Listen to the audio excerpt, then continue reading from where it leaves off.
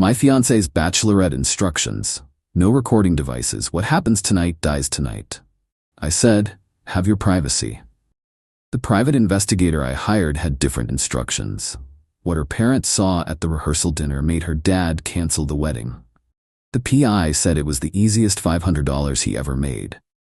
I, 29 male, was supposed to get married last Saturday. Instead, I'm sitting in my apartment, single, with a refunded honeymoon ticket, and the most insane story about how everything imploded. Rewind to 3 weeks ago. My fiancée Qley, 27, was planning her bachelorette party. She'd been super secretive about it, which was fine. I figured her maid of honor Astrid was planning some wild night out.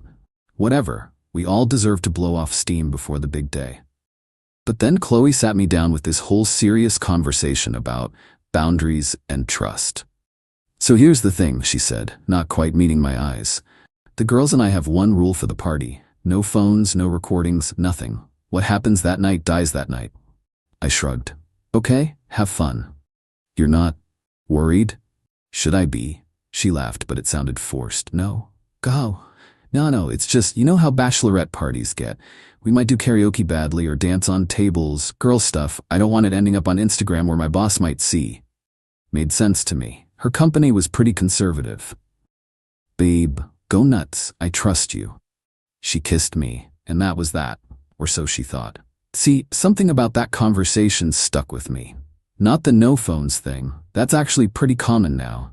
It was the way she kept emphasizing it. 3 separate times over the next week, she mentioned how everything stays private, and what happens there doesn't matter. Then Astrid let something slip when she was drunk at our couple's game night. We were playing Never Have I Ever, and she giggled. Never have I ever hired entertainment for a party that required an NDA.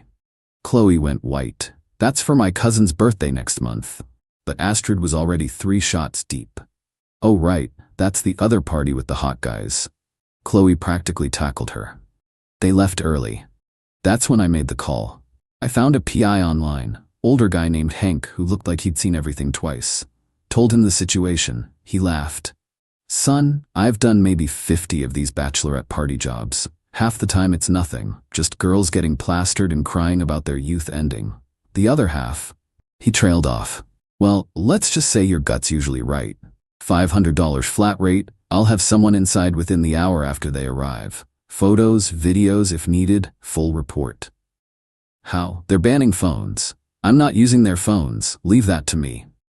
The bachelorette party was that Friday. I acted normal, kissed Qley goodbye, told her to have fun, even joked about her coming home with penis-shaped party favors. She seemed relieved I was being so cool about it. Saturday morning, I woke up to a text from an unknown number. This is H. You need to see this before she comes home. Meet me at the coffee shop on 3rd. My stomach dropped. Hank was sitting in the corner with a laptop. He looked tired. Kid, I'm sorry, I really am. He turned the screen toward me. The video was crystal clear. Some private room at an upscale club.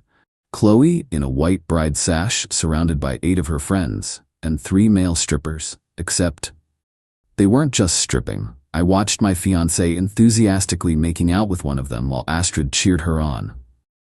Then it got worse. She gave him her room key. I recognized the hotel key card holder I'd bought her. The video jumped to hotel corridor footage. Qley stumbling into her room with the guy.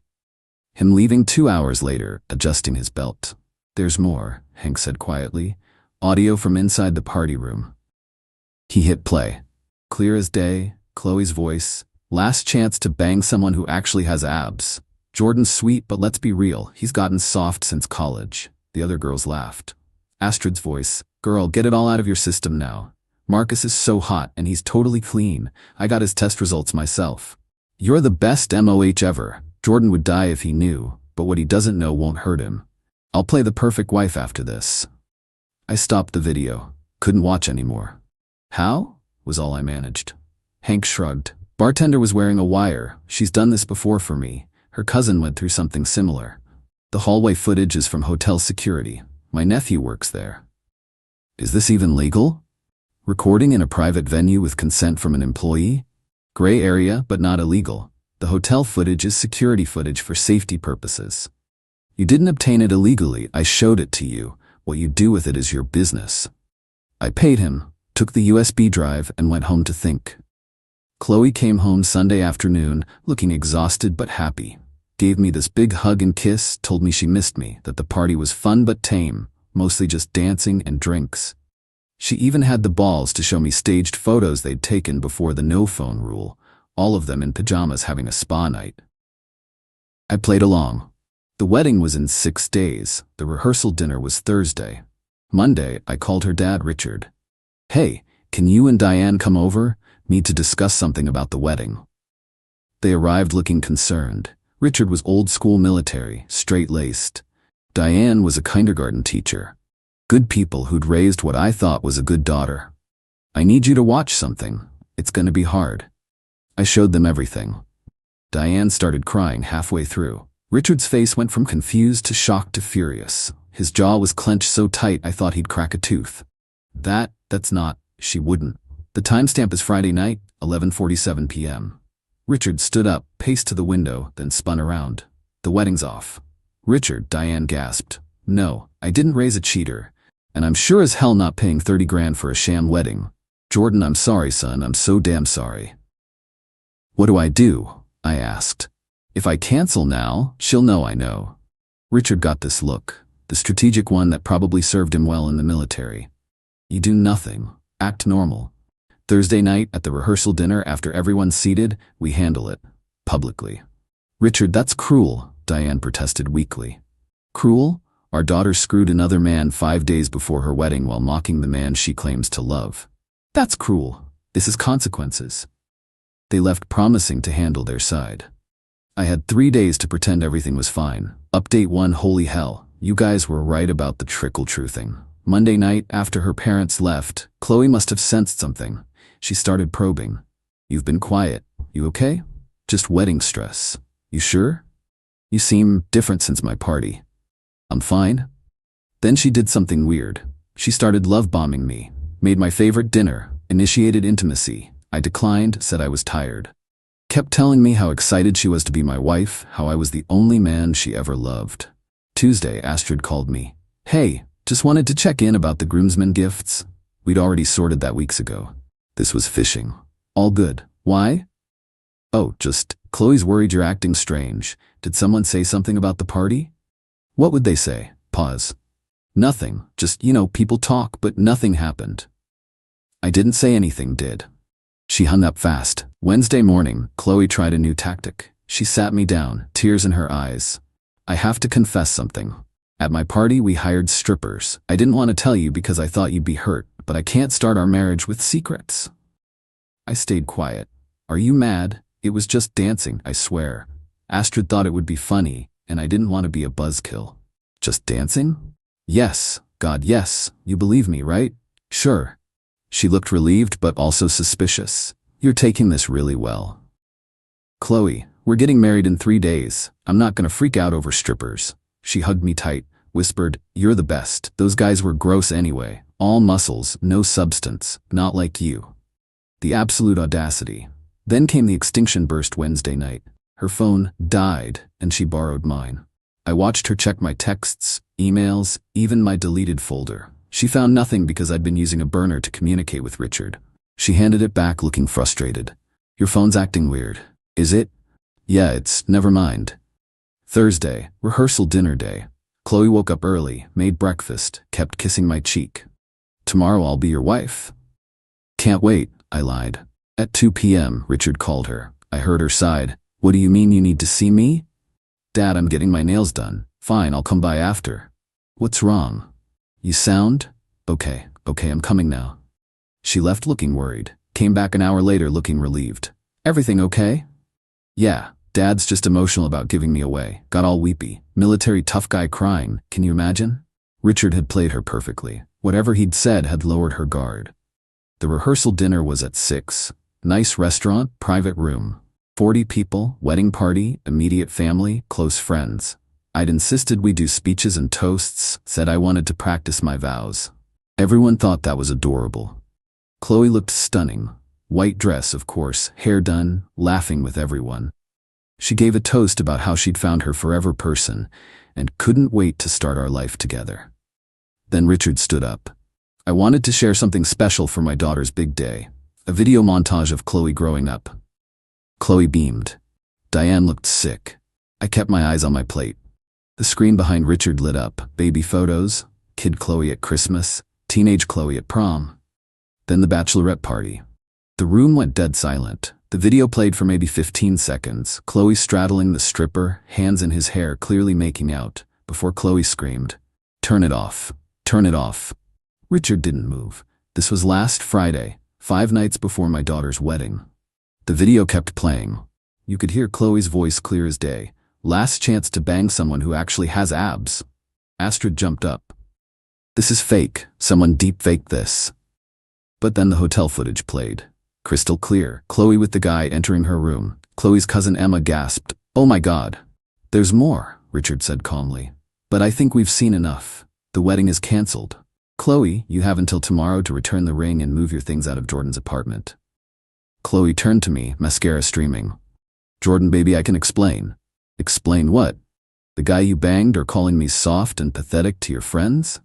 Someone, I think her aunt, started crying. Astrid was typing furiously on her phone. My groomsman Derek muttered, "Holy shit," and downed his whiskey.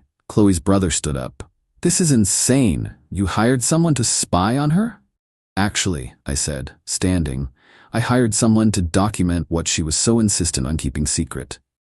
If nothing happened, we'd be getting married tomorrow. But something did happen, right? Qley, she was hyperventilating. It didn't mean anything. It was just one last hurrah. One last hurrah." Her mom finally spoke. "Qley Marie, is this true? Did you sleep with another man?" Qley's silence was answer enough. Richard pulled out his phone. "I've already contacted the venue, the caterer, and the florist. We'll lose deposits, but most costs are refundable with 24-hour notice. Anyone who wants to help with cancellation calls, I'd appreciate it." The room exploded. Qley's friends were defending her, saying everyone makes mistakes. My side was in shock. Her elderly grandmother was praying loudly in Italian. Qley grabbed my arm. "Please, Jordan, please don't do this. I love you." "It was just sex." "Just sex, right. And the part where you called me pathetic?" "I was drunk. The girls were all talking about their hall passes and I got carried away." "Hall pass? We never discussed hall passes." Astrid stepped forward. "This is my fault." I pressured her. "Jordan, please." "You didn't pressure her to give him her room key." That shut everyone up. Qley's brother Troy tried one more time. "You're really gonna humiliate my sister like this? What kind of man are you?" Derek, God bless him, stood up. "The kind who doesn't marry cheaters." I walked out. Could hear Qley sobbing, Richard arguing with someone, chairs scraping. Didn't care. Update 2. The aftermath was intense. Friday, what would have been our wedding day, I woke up to 47 texts. Most from Qley, ranging from apologetic to angry to bargaining. Some highlights: "I'll do anything. Counseling, polygraph, post-nup, whatever you want. You're throwing away 4 years over one mistake. I hope you know you'll die alone. No one will ever love you like I did. This is what you wanted all along, wasn't it? An excuse to leave." Astrid sent me a long message about how I'd violated girl code by recording them and that she'd make sure everyone knew what a controlling psycho I was. I replied with the audio of her saying she got the stripper's STD test results. She blocked me. But here's where it gets really good. Turns out, Qley had been bragging to her coworkers about the wedding. Her boss, Keith, had even given her an extra week off for the honeymoon. So when she showed up to work Friday in tears, everyone was confused. Her version: "I'd called off the wedding because I was having an affair." She actually told people I'd been cheating and projected it onto her at the rehearsal dinner to save face. This worked for exactly 3 hours until someone, still don't know who, sent Keith the video. Qley worked at a financial firm that had a strict morality clause, something about representing company values at all times. Getting railed by a stripper 5 days before your wedding? Not a great look. They didn't fire her, but she got demoted from senior analyst to junior, lost her upcoming bonus, and had to undergo professional conduct training. Then Troy started his campaign. Posted on social media that I was an abusive manipulator who hired someone to stalk his sister. The post went semi-viral in our city. But Derek had my back.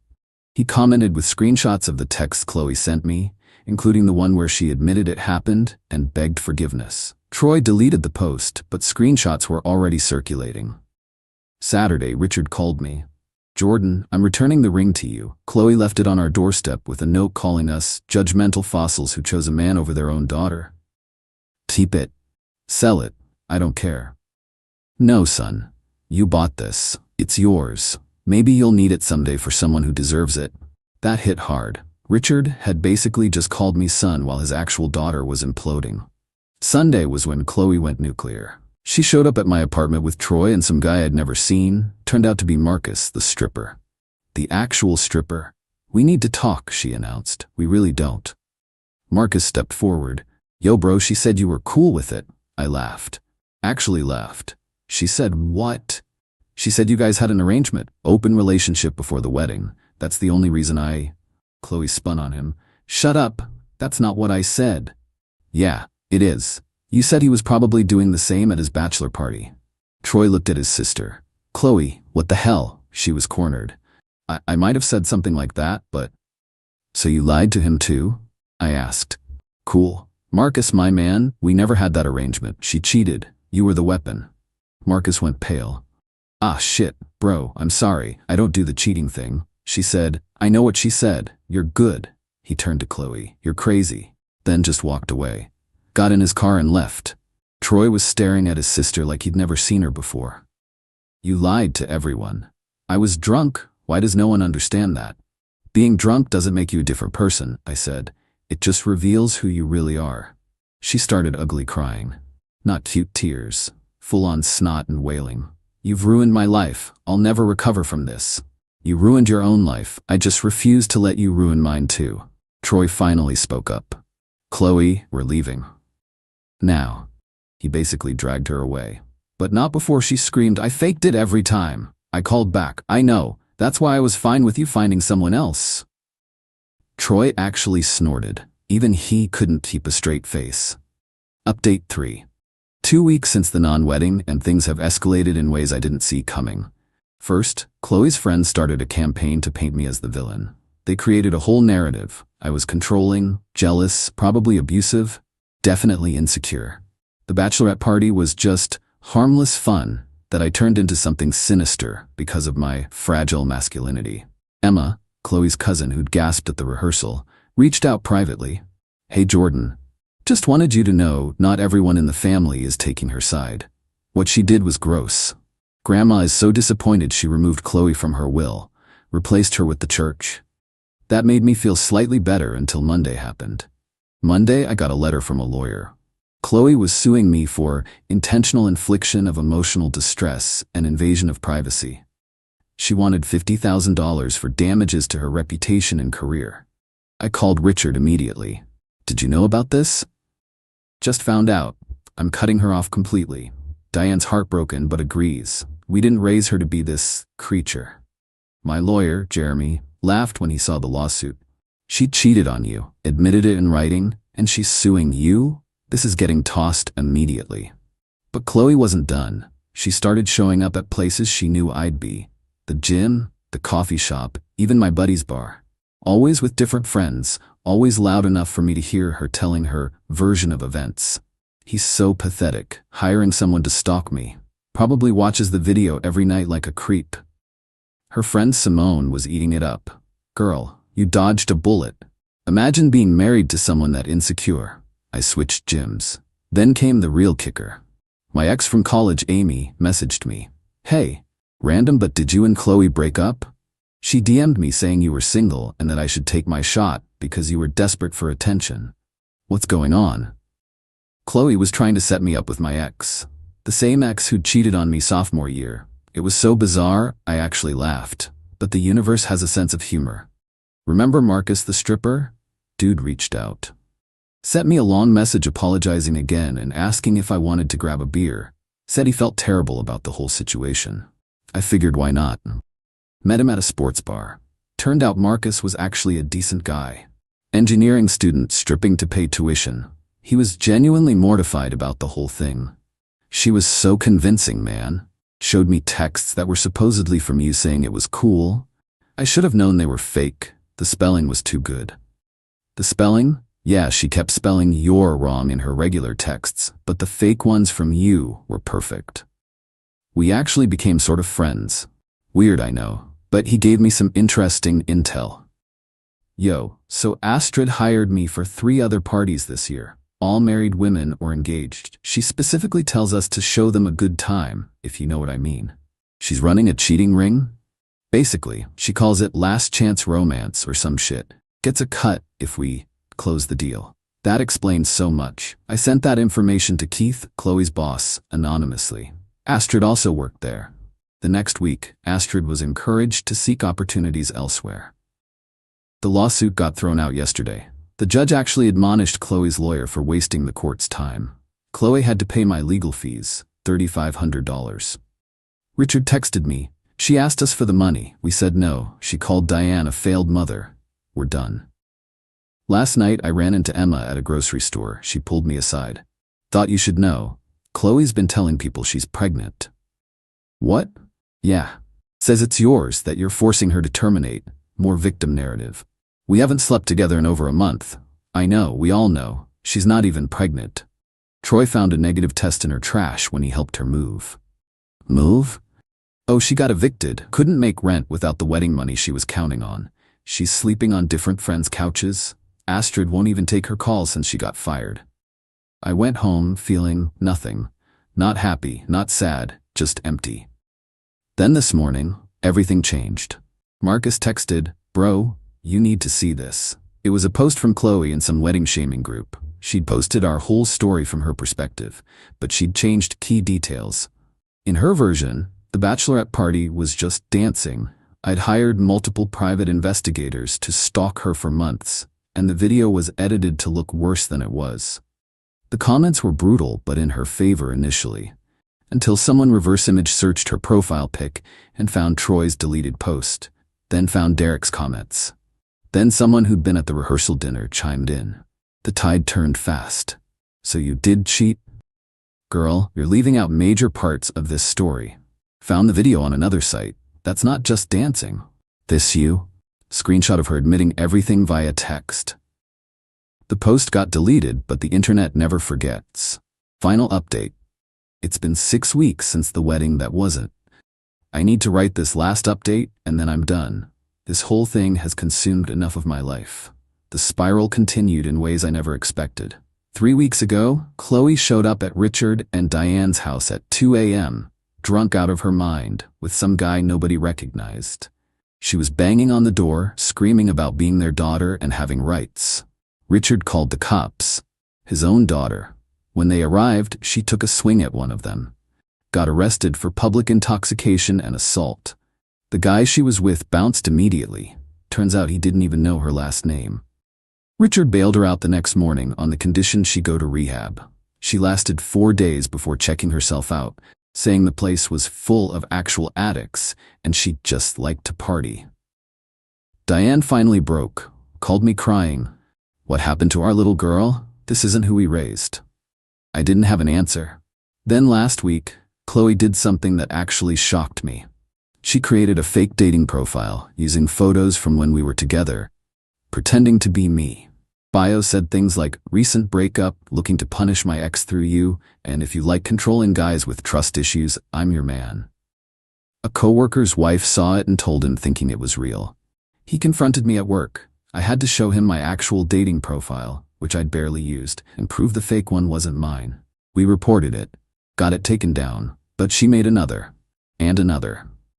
Jeremy, my lawyer, sent her a cease and desist. She responded by posting it on social media with, "Look how pathetic he is, getting lawyers involved in a breakup." But here's the thing, people were starting to see through her. Troy messaged me, "I'm sorry about my sister. She's lost it. Mom and Dad want you to know you're still welcome at family events. Qley won't be there. We've gone no contact." Even some of her friends were backing away. Simone, who'd been her biggest supporter, commented on one of her posts. "Qley, this is getting concerning.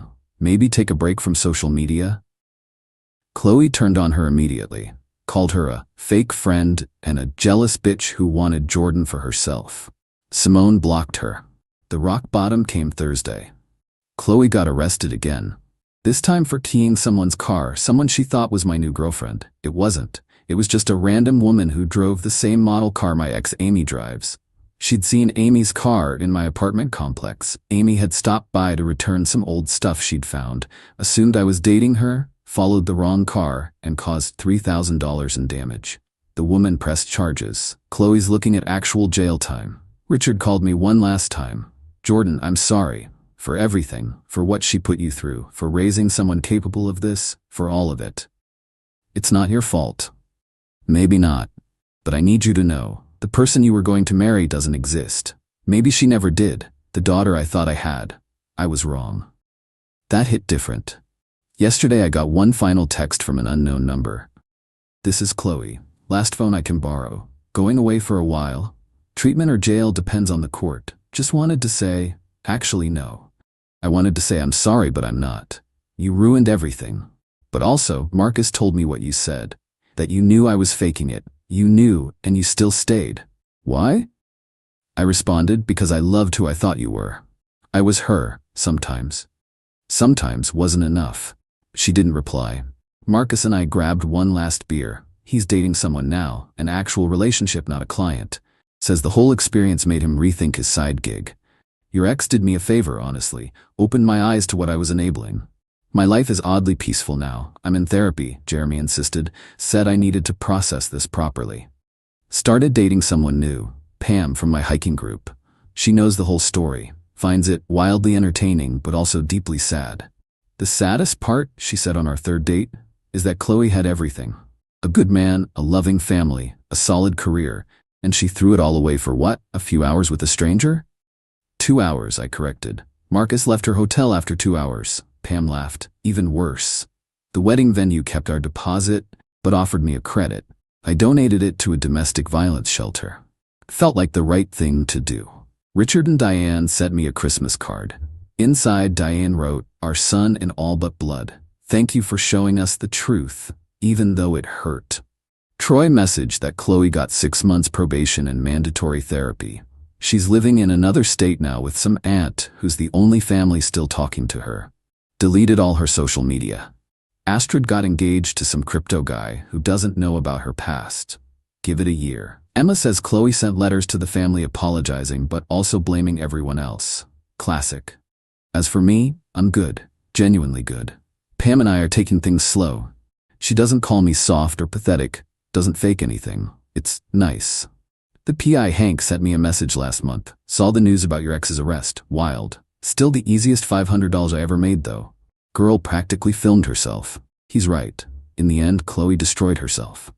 I just refused to go down with her. To everyone asking if I regret how it went down. No. The public humiliation? She humiliated herself. I just made sure everyone saw it. The fallout? Actions have consequences. The only thing I regret is not seeing the real her sooner. But maybe I did see it. Maybe I just loved her enough to ignore it. Not anymore.